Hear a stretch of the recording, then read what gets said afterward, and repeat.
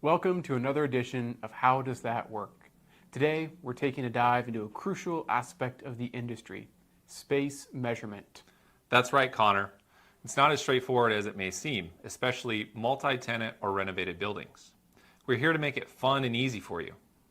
Absolutely, Kyle. So let's start with the basics. When you are looking at a commercial property listing, you've probably come across some terms that might look suspiciously similar, but not the same.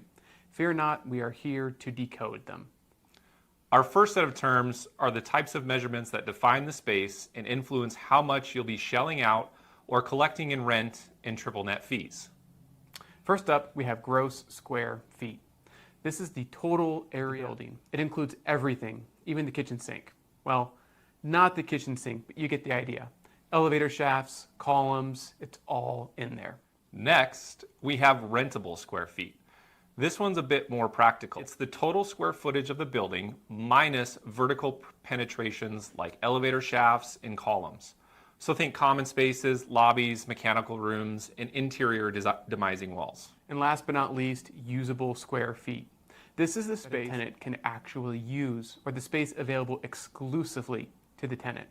This does not include common areas, lobby, janitorial closets, just the tenant's usable space.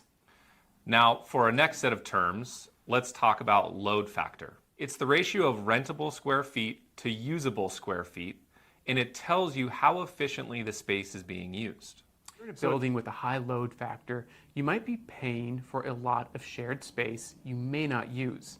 Think about an office building with a grand entrance, sprawling lobby, gym, lockers, a large mezzanine level with lounge areas. Tenants may not realize it, but they are paying for their proportional share of that area. As an example, if it's 100,000 square feet and 80,000 square feet is the tenant's usable square feet, the property's load factor is 1.25. 100,000 divided by 80,000. Ideally, a property's square footage is measured to a strict BOMA standard, which stands for the Building Owners and Managers Association, is the authority responsible for creating these space measurement standards and best practices. They ensure everyone is on the same page and using the same process. Next up, we have as-built. These show the existing dimension and current layout of the space and offer accurate measurements of the space showing how it is as built at the time the space was measured. These will be important if the landlord or tenant is planning any renovations to the space. They come in print, PDF, and CAD format. Landlords should keep accurate as-built of their properties. And last but not least, CAMA, Computer Assisted Mass Appraisal.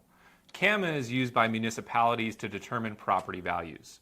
These often may be inaccurate and should not be used as the sole source of building size for a lease or listing. So there you have it, folks, the ABCs of commercial space measurement. If you're interested in learning more about commercial real estate, contact the Sterling CRE team today at info@sterlingcreadvisors.com or subscribe to our channel.